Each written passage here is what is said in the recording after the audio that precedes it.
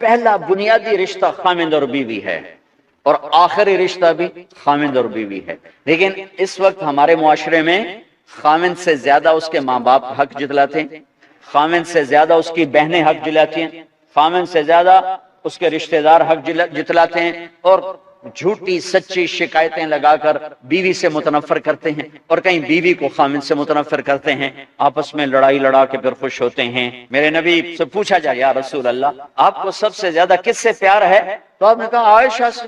اللہ، وہ جھینپ کے کہنے کے نہیں، میں پوچھ رہا ہوں لوگوں میں آپ کو کس سے زیادہ پیار ہے، تو آپ کہتے ابو بکر سے، تو آپ نے پھر کہا ابوہا، مجھے عائشہ کے باپ سے زیادہ پیار ہے۔ پھر پہلے عائشہ کا، تو پھر کہتے ابو بکر، تو آپ نے کہا نہیں ابوہا، مجھے عائشہ کے باپ سے سب سے زیادہ پیار ہے۔ یہ آپ کو میسج دیا ہے کہ گھر کی زندگی کیسے ہوتی ہے، کوئی عشق نہیں چھڑا ہوا تھا، میسج ہے نا۔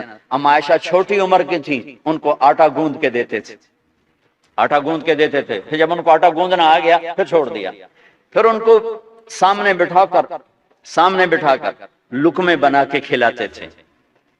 پھر ہم عائشہ رضی اللہ تعالیٰ عنہ کوئی گوشت کا ٹکڑا، وہاں بڑے بڑے گوشت کے ٹکڑے پکائے جاتے تھے، تو کوئی گوشت کا ٹکڑا اٹھایا اور ایسے دو چار جگہ سے نوچا اور پھر رکھ دیا، سارا کھایا نہیں جاتا تھا، تو اللہ کے نبی اسی کو اٹھاتے اور حضرت عائشہ کو دکھا کر، جہاں سے حضرت عائشہ نے نوچا ہوتا تھا وہاں سے یوں کاٹ کے دکھاتے تھے۔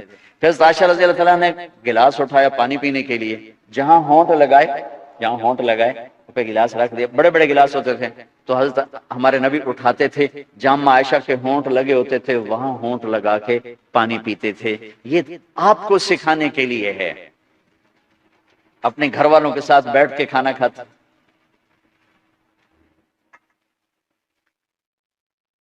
یہ میرے نبی کی معاشرت ہے، یہ میرے نبی کی زندگی۔ گھر میں جھاڑو دیتے، اپنے کپڑے خود دھوتے،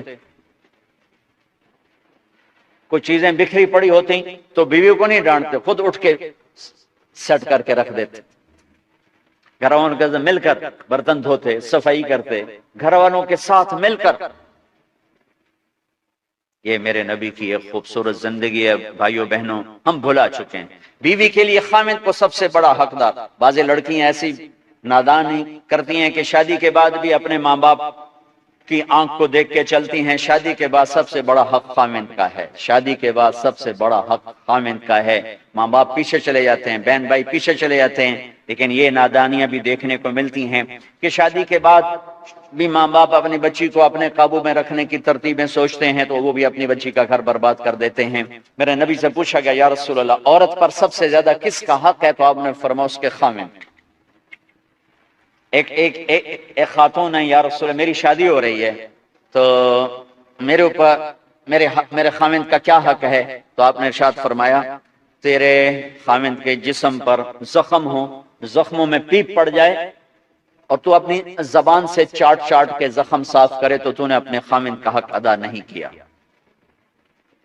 خامند کو سمجھایا کہ سب سے بہترین مسلمان وہ ہے جو بیوی سے اچھا سلوک کرتا ہے، اور میرا سب سے اچھا سلوک ہے اپنی بیویوں کے ساتھ، یعنی قاب قوسین او ادنا آپ کا مقام ہے، اللہ پاک کا دیدار اپنی آنکھوں سے کیا ہوا ہے، اور آپ ہمیں معاشرت سکھا رہے ہیں کہ ایک جہاد کے سفر سے واپس آ رہے ہیں، اما عائشہ ساتھ ہیں، تو آپ نے صحابہ سے کہا بھئی آگے چلے جاؤ، وہ سارے آگے چلے گئے۔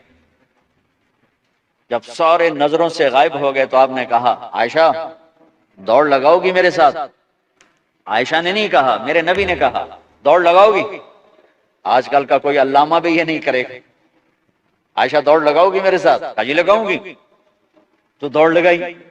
تو عائشہ فرماتی ہے میں آگے نکل گئی، اللہ کے نبی پیچھے رہ گئے، چاہے آپ جان بوجھ کے آستہ ہوئے ہوں ان کی دل جوئی کے لیے۔ کچھ سال گزر گئے، پھر جہاد کے سفر سے واپسی ہو رہی ہے، تو آپ نے صحابہ سے کہا بھائی آگے چلے جاؤ، وہ سارے آگے چلے گئے، غائب ہو گئے۔ عائشہ دوڑ لگائیں؟ کہا جی لگائیں۔ تو فرمایا کہ ان دنوں میں ذرا موٹی ہو گئی تھی، جب دوڑ لگائی تو اللہ کے نبی آگے نکل گئے، تو پھر آپ نے کہا عائشہ ہذہ بتلک، عائشہ اب تیرا میرا حساب برابر ہو گیا، اس دفعہ تو آگے نکل گئی، آج میں آگے نکل گیا۔ یہ میرے نبی کی معاشرت ہے کہ بھری محفل میں کہہ رہے ہیں مجھے عائشہ سے سب سے زیادہ پیار ہے، اور عرب میں عیب تھا، جیسے ہمارے ہاں بھی عیب ہے کہ کوئی بڑی محفل میں کہ مجھے بیوی سے سب سے زیادہ تو تیری ماں کتنے گئی؟ بھائی ماں کا اور خانہ ہے، بیوی کا اور خانہ ہے، ماں کی اور جگہ ہے، بیوی کی اور جگہ ہے۔ تو میں آپ سب سے کہتا ہوں، ماں باپ کی وجہ سے بیویوں پہ زیادتی نہ کرو، بیوی کی وجہ سے ماں باپ پہ زیادتی نہ کرو۔